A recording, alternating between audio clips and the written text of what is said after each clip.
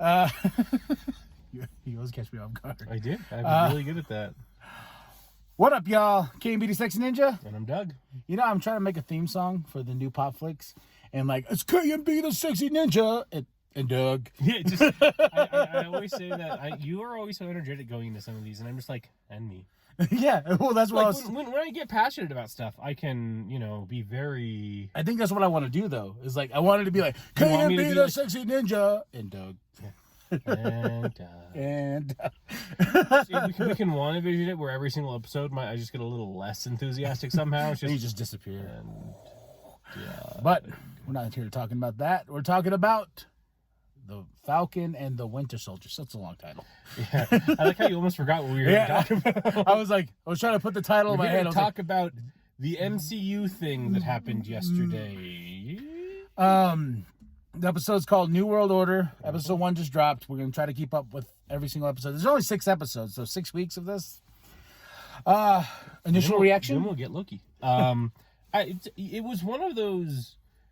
I've really liked the slower pacing that the MCU has been doing with these TV shows compared to what their movies do. It's a nice slow burn. Yeah, and like even though it had to start with a big action scene of Falcon, doing his little aerial acrobatics. I saw that. I was like, ooh, they spent money.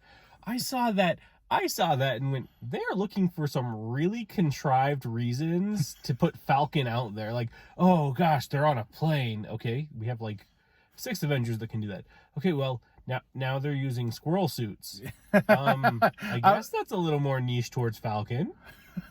I thought they were, when the episode started and he had the shield and he was getting his suit on, I thought we were going to go into Steve's funeral. Mm-hmm. And I was like, oh, what a depressing way to start this show off by saying like, Steve is dead. That's what they did still. Like, yeah. But him giving up the shield was like kind of hurt. Mm-hmm. And I kind of felt like that USA agent thing was going to happen. Spoilers, by the way. You know. Well, if you're watching this, hopefully you watched the episode, or you intend to have everything spoiled. Or they're watching it now, they're like, damn you! I'll be like, well, we said spoilers. Yeah, we said spoilers after the fact. That counts, right? No, and I don't know. It just seems like we want to put this in the Smithsonian, but the moment that we feel a little threatened, we're going to take it right out is like, why don't we just like why don't the Avengers or someone of that higher area go, hey Wakanda, we want to keep this in the thing, can you make a different shield that's not Captain America so make it keep Captain America cheap, whatever cheap materials you have in Wakanda. The US wants it. Make this one actually out of rhino dung. USA agent at the end. Mm-hmm. I'll get to more of the middle stuff that I really liked. He was really small.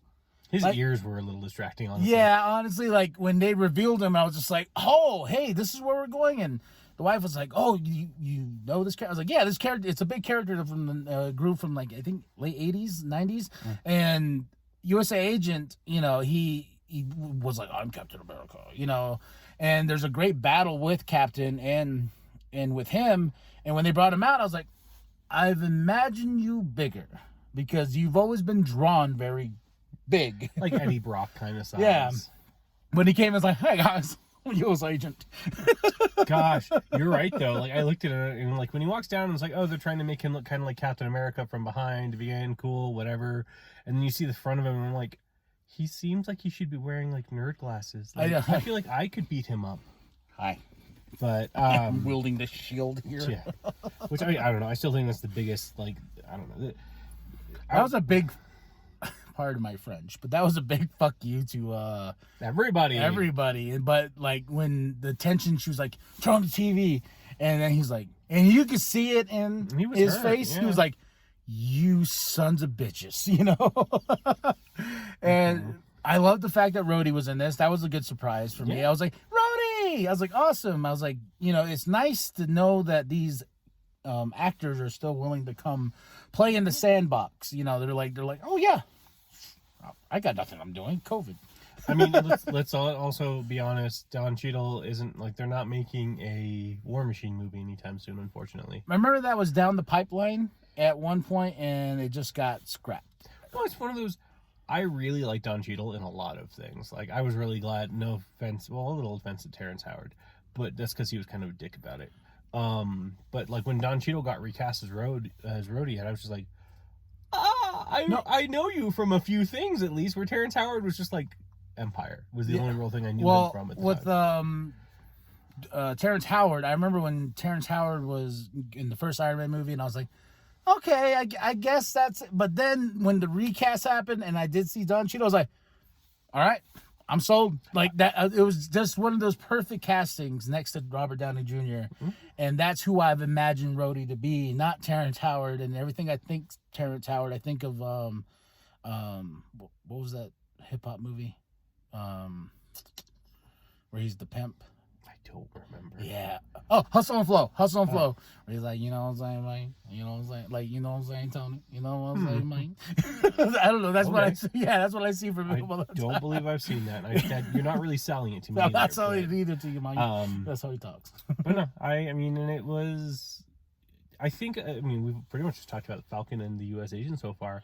The Winter Soldier in this was pretty, you have two kind of opposite ends of the spectrum right now where Falcon is working for the U.S. government, really like enjoying what he's doing, but he's having home issues. Where Winter Soldier has issues. He just has issues in general. Oh gosh, I love the time with the shrink. She's just like, bullshit. You're a terrible shrink. Yeah. And I really like the fact, I was like, oh, he's going to therapy, and I really like the fact too that he has these issues he's trying to deal with. He's trying to resolve in the stuff with the old man. And I was just like, Yoko. Oh. Or Yoki. Yeah, because I was just like, why is he hanging out with him? No, then I figured the moment he said his son was dead, or someone said his son was dead, I was like, oh, that's the dude from earlier. And then they showed the scene of it, and I was like, oh. Well, when he killed him, I didn't really think about it. I was like, oh yeah, well he's trying, he has these nightmares and stuff. And then I was like, why is he hanging? And I was like, and then when he went to go try to tell him, after and he's like, how was your date? And he's like, I owed you lunch. Yeah, lunch. And you're like, oh. Wait, but that's also, given that the only other person that he has personally that we know of that he's personally explained his exploits to went on a murderous rampage of trying to kill him, I don't necessarily blame him. Yeah, and I'm excited to see where this is going. I can't wait until Zemo comes in and yeah. Oh yeah, and the whole thing that happened in what was it, Italy? Yeah, and the app stuff, and what I think what I really like, I took away from this episode that I really, really enjoyed was the fact that superheroes are not wealthy paid people, and they have to deal with the struggles of not having money. And with the Falcon story, with his sister and, trying to get the boat business and this and that going, and how they got denied from the bank and stuff like that, I was just like, oh man, that's what I love about Marvel, is now they're kind of like, yeah, the blip, and what I really liked about the blip, there's people who loved when everyone disappeared. Now that everyone's back, it formed a new group of people who hate and it's just like, yeah, that sounds like us. I will still say, I know they didn't have a great relationship, but if Falcon went up to Pepper Potts and was like, hey, so, I've been superheroing with you guys for a while. I did work with Iron Man for a long time. I know we had our differences, but my family's business is going under. And that's when her phone rings. She goes, hold on. Wait. Oh no, Pepper's not like that, though. I know. Remember, that's what Tony would do, just to be a dick. But when they're like, Tony Stark didn't pay you, and I thought about, I was like, and the wifey thought about it too. I was like, oh yeah, could have paid him. He supported the endeavor, and I'm sure it was more like a military thing where you get like a basic housing allowance on everything and stuff like that, like his food, clothes, stuff like that is probably paid for, but he's not making any money on top of that because he was wearing decent clothes. He got his entire suit got an upgrade from the government. Well, he's working on his own stuff too, and but I just like that aspect of because there's a great issue, the new Spider-Woman series that just came out last year, and it's on issue 10. But it's just such a great look into the superheroes world. She's a new mom. She's taking gigs to be a bodyguard just to make ends meet. And, it's really cool when I can see that from And it's like Batman right now, currently. He doesn't have no money. Do you? I mean, that's a really weird thing. I know we've gotten off subject from the show. That's a really weird thing to be enjoying out of an escapist thing, where it's like, wow, you know, I'm in this world where superheroes have superpowers and supervillains exist, but I'm happy they can pay their mortgage. Where that was Spider-Man's character. Spider-Man was the unique one in all of that initially, where he was just an average teen that had money problems, had job and he problems. was just trying to do the good thing and do the right thing, and that, you know, I took away from that just because I was like, man, this just the idea of it alone and capitalizing it like Marvel does and telling a great story with it. And I can't wait to see what the next episode brings. I'm excited. I think things will get more like this was like the establishing, like what has happened over the last 5 years, where is everybody, stuff like that. And I think that's kind of where we went. Like that's what we needed to have. Where with Wanda and Vision, you don't need to know what happened. Every episode of WandaVision was like, I have questions. Well, and they started at the middle, went near the end, went back to the beginning to explain what happened, then went to the end, where Falcon and the Winter Soldier seems to just be told, from at least Falcon and the Winter Soldier's perspective, in order, where, yeah, we might get some back stuff about Zemo or things like that, but I don't know. I think Zemo's going to be even more pissed because he's like, you guys brought back so many people, but you couldn't bring back Sokovia. Or its people. He didn't care about Sokovia so much, but his family died. But he's just like, you guys snapped and just brought 3.5 billion people back to life, and you couldn't bring the people you guys killed. But how could they do that? Like, you think they could do that? I don't think that's a thing. I'm fairly certain. So you think they could go where Sokovia was and be like, there we go? Yes. If Thanos had wanted to, he could have fixed Titan. He did fix Titan with the Reality Stone for a little bit. He could have legitimately Hulk anyone, and it wouldn't have been like the snap of death like the other ones have been. It would be a small thing. That's a good drive for Zemo, though. He's just like, for his character. That's why I loved him in Civil War. Like he had a decent reason. He wasn't just like, hey, I'm a former Nazi. Yeah. Or, hey, I'm evil, guys, and I'm going to take down the Avengers. And then when his plan was revealed at the end, and he, like, basically was like, Captain America, Iron Man, fight. I don't know. I still think one of the best things, there was a how it should have ended for that one, and one of the best things that I really legitimately think would have worked is if when Iron Man went to kill Bucky, Bucky's just like, I'm sorry. And like just apologized, but was like, I didn't have control of my actions, but I still take responsibility for what I did. That could have just ended the fight right there, and Zemo would have been like, damn it. I think it was more or less deeper rooted with Steve knowing and not telling Tony. Yeah. Yeah, I think that's where the deeper root lies. Like, I think Tony would have forgave Bucky if he was like, hey, man, like, I didn't have control of myself, but... It just always bothered me that Steve's the only one really talking in that fight, either. Like, Bucky's not apologizing, saying like that. It's just Steve's just like, he didn't know what he was doing.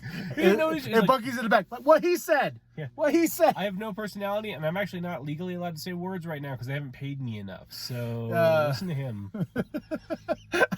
I did like, too, when he talked about finding peace, and the only peace he found was when he was in Wakanda. Yeah. I was just like, oh. He's like, I want peace, and she's just like, bullshit, that's not what you want. Yeah, no, he's got a lot more. I love also that he took down those people. It's like, you've got 3 rules you have to follow. Nothing illegal, no hurting people, and what was the third one? You're not the Winter Soldier. Yeah. You are James Buchanan Barnes. Yeah, and I like how he was his little list, and I just can't wait to see more when we get more down the list and more names that we get to. But overall, your rating? It was a solid, good beginning. It's like a 7.5. I would give it that too. I look forward to see where it goes. Things could improve. Like, it's with any kind of pilot or beginning episode. As the episodes progress, the pilot can be better. Like when I watched the first episode of WandaVision, I probably would have given it like a 6 and been like, I don't really get what's going on, but understanding it in the full context, I'm like, oh, that's like a 7.5, 8. I gave the first episode very high praise just because I was just like, what's going on and why do I have so many questions and just all this and that, and like going into every episode of WandaVision was like, wait. But then the fan theories in my head started spinning, and then I started to be like, oh, maybe this, and then, we're going to backdoor the X-Men, and at the end of that show, I was just like, oh, well. You guys are dicks. I was like, all my fan theories go out the window. I do have something for you to watch. I've shown you a few of the pitch meetings before. You should watch the pitch meeting for WandaVision. Oh my gosh, I will watch that. It's pretty great just because of the theories. But yeah, so Solid 7.5. I'll give it an 8. But we'll see where it goes. That's the thing about shows. It's not movies or anything like that. We've lost so much light since we started. I know. This. It's all right though. I think the audience is used to us sitting in the car rambling until it gets dark. I know. Sometimes it just starts out dark if we've just finished a movie. Yeah. So, tell us what you think of the Falcon and the Winter Soldier, Episode 1, New World Order. Too sweet me, bro. Too sweet me. All right. Brother. All right, y'all. Like and subscribe. Share with your grandma. Share with your grandpa. Share with the bum down at Walmart. I am KMB The Sexy Ninja. And I'm Doug. Know it well.